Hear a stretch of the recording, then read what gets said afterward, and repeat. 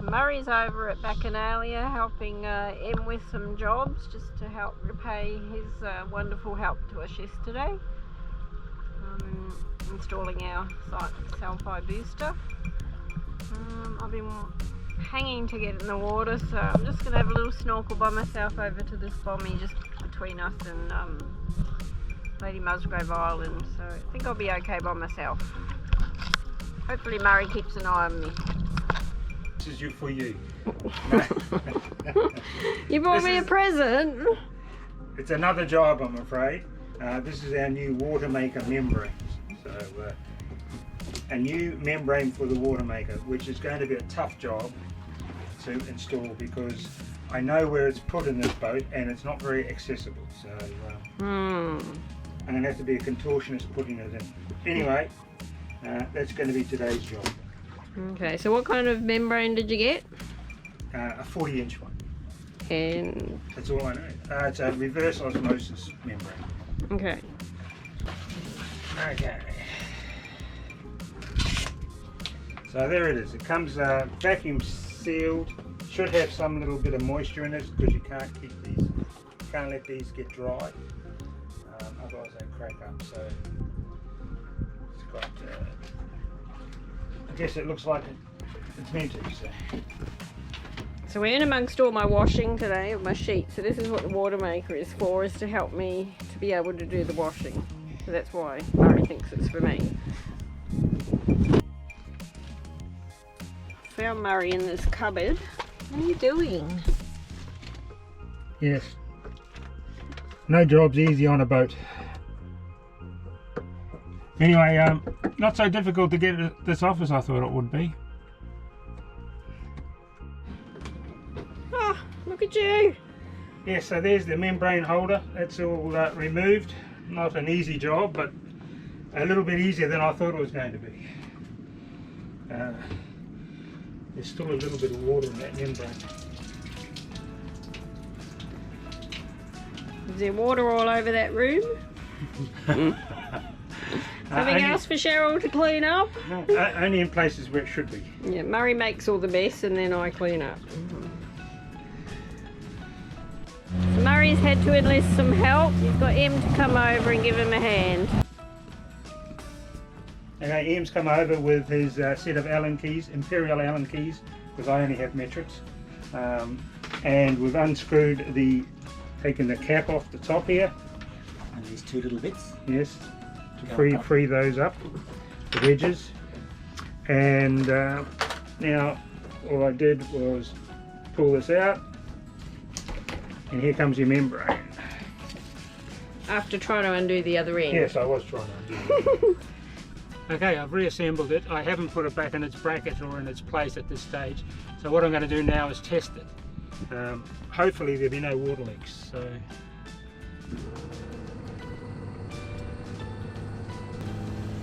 bit of water drip in there. Yep, they're good.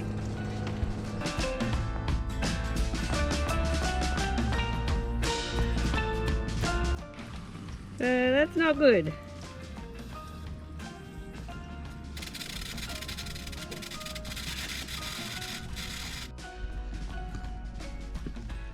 Okay, before I remount this membrane, kind of check that it works and that it doesn't leak is basically the point. So we'll see how it goes. Anyway, turn it on.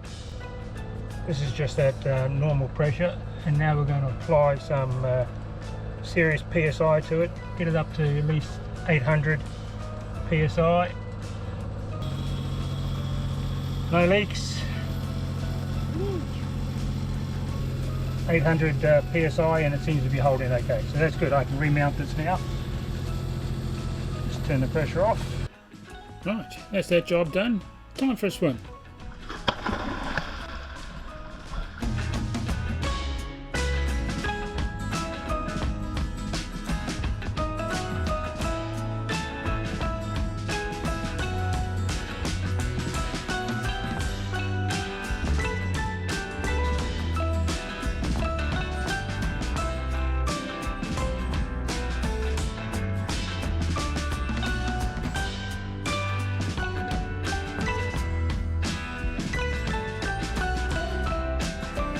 and then off to Sundowners, back on the beach. This time we were lucky enough to find turtles hatching during daylight hours, just before dusk. We're joined on the beach by a couple of other boats. That's where all the extra people are from. The crew of Verdandi and another boatload of guys who are doing a delivery.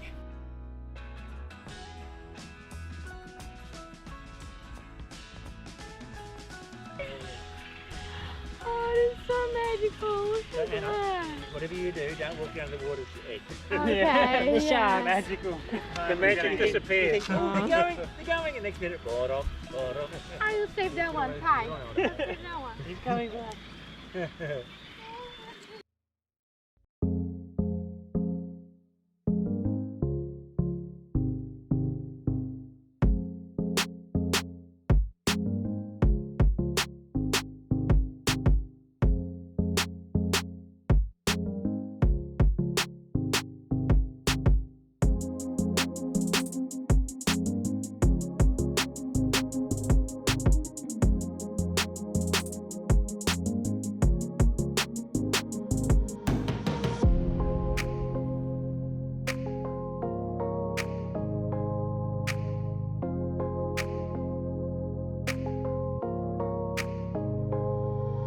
Nature can be very cruel. What's magical for one creature is dinner to another.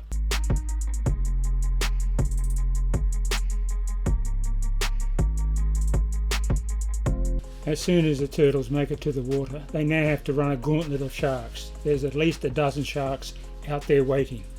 We don't think any of the turtles made it.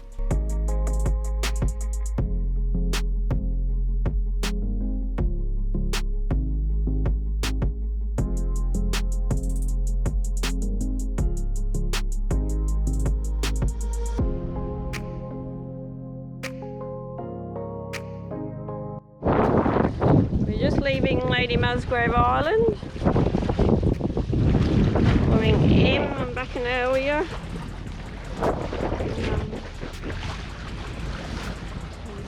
The Dandy, Anna and Tyson over there. And the boys that we met last night doing a delivery here. We forgot to ask the name of their boat.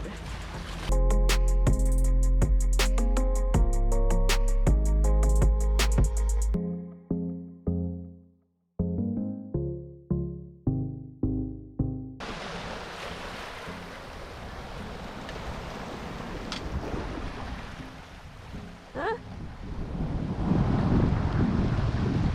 Bird's obviously a bit intrigued by us.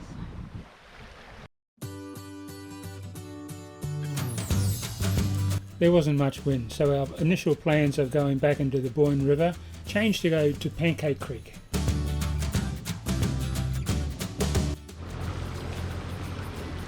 We just stopped over in Pancake Creek for the night on the way back to Boyne River, just to make sure that when we get there the tides are right for going in. Low tide when we came in last night. We just stopped at the entry here and anchored with him. And Bacchanalia is just up ahead, getting off already.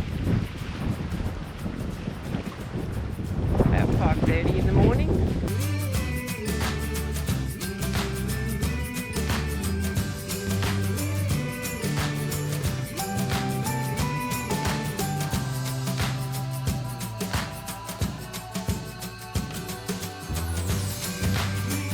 Going into Boyne River shortly. We're just about to come up to one of the rounding buoys.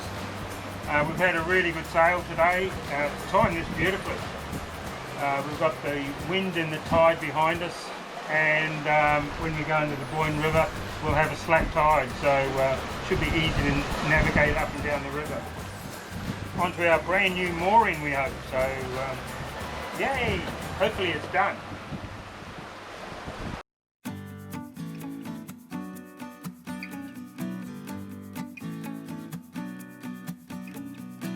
Once in the river, we see that there are buoys in place where our mooring should be.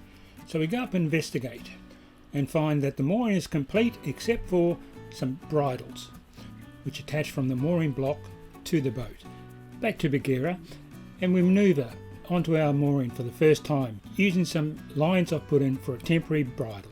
No sooner have we tied up, but Danny the man responsible for putting down our mooring turns up with our permanent bridles.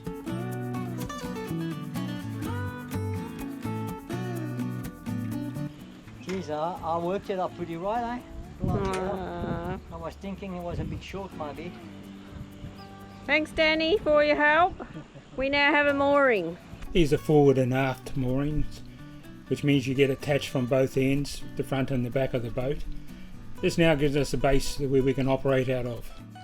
Okay, we've had some questions from some of our subscribers asking us, in this particular instance, when we use the buoys or the moorings to secure our boat, how much does it cost per night? Thanks for the question, Norm. The answer to that is it costs nothing, basically. Most of the moorings we attach to are public moorings, or courtesy moorings, as they're also known as. In New South Wales, they're the pink ones that you see scattered around the waterways, and up here in Queensland, they're the blue ones. Thanks for your question, Norm. Also, we have another question here from Tony, and that's how often are you expected to do your anti-fouling?